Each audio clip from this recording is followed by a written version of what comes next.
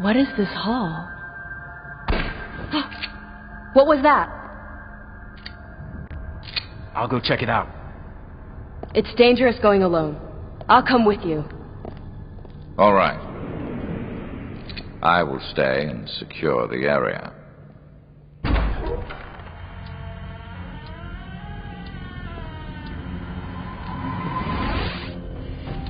With arcades losing popularity, the number of new rail shooters has declined in recent years. But Nintendo's point-and-shoot controller is sparking a revival in the genre, with several titles coming to the Wii this fall. In the lead is Resident Evil: The Umbrella Chronicles, which lets players relive the series' history from a new perspective and with plenty of firepower.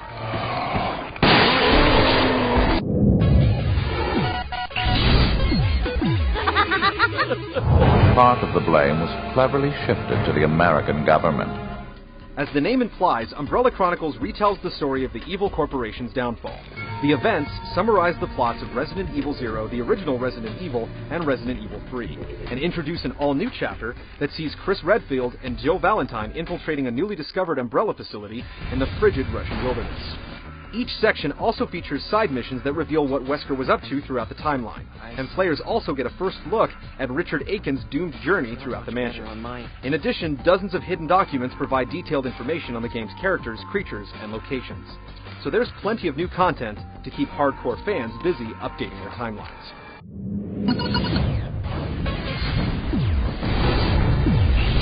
In contrast to many rail shooters, which can sometimes be completed in under an hour, the Umbrella Chronicles packs in hours and hours of gameplay. The main thrust of the game takes place through 12 missions, each of which is at least 15 minutes long. And if you're playing solo, some can last up to an hour with repeated attempts.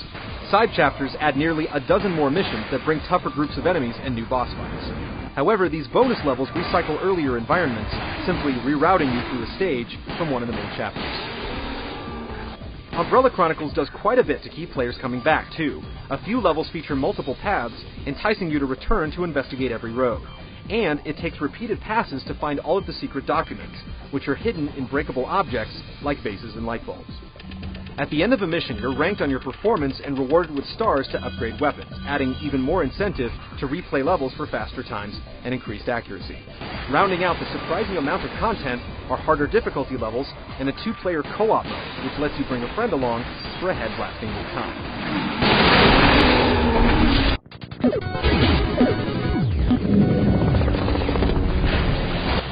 The Umbrella Chronicles focuses more on pinpoint precision than quick reactions.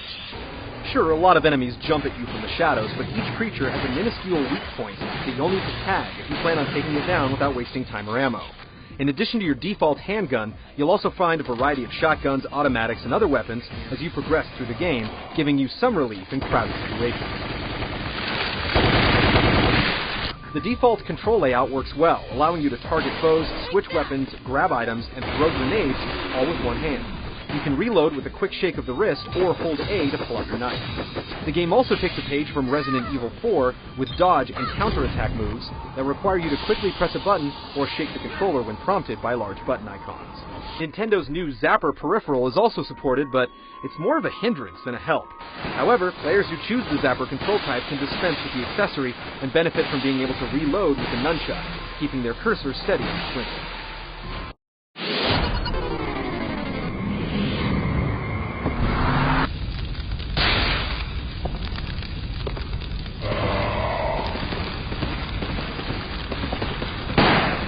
Being confined to predetermined paths actually adds to the sense of dread and panic, since you're completely unable to back up or run away, and you'll need to grab items fast as your perspective whips around a room.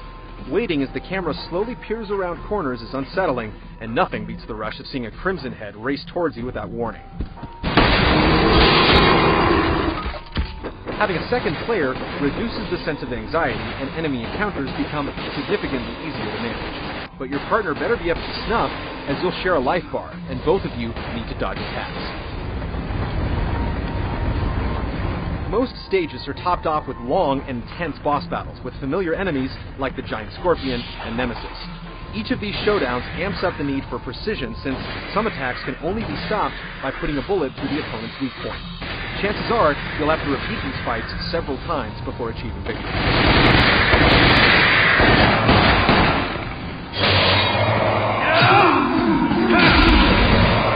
While Umbrella Chronicles is fantastic overall, there are a few gripes.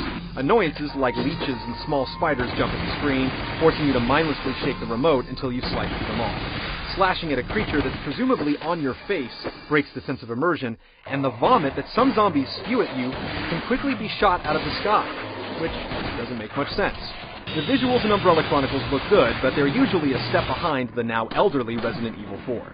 Fans will be happy to experience all the old haunts in 3D, and the bright flashlights you get in some areas provide a great effect. Pre-rendered cutscenes tie the story together as usual, but the characters still haven't given up on delivering corny one-liners. Yeah, but first, we have to make it out of here alive. The Umbrella Chronicles is a superb entry in the genre, with a ton of great missions and reasons to play again and again. Anyone that enjoys the macabre or going nose-to-nose with zombies should check it out. Fans will absolutely love it, as it's basically a love letter from Capcom to them.